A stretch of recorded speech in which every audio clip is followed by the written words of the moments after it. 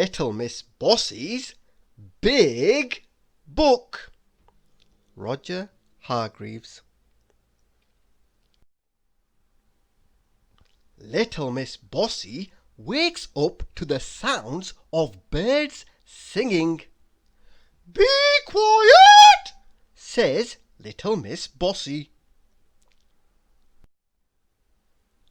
You see, Miss Bossy is a very, very bossy little miss, and if she doesn't like something, she says so.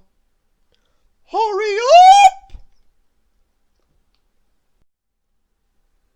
Miss Bossy goes out for a walk and she sees, or rather hears, Mr. Noisy organising a singing contest. "Why didn't you tell me about this? I'm better at organising than you," says Little Miss Bossy.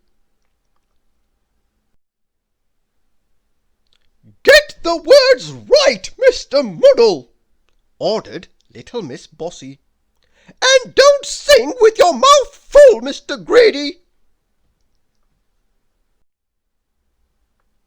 "Louder, Mr. Quiet," Little Miss Bossy shouts. "Oh, pay attention, Mr. Daydream," says Little Miss Bossy as she prods him on his foot. Mr. Perfect, who has been listening, says, "Everyone's trying their hardest, Miss Bossy." "But nobody's perfect," snaps Little Miss Bossy.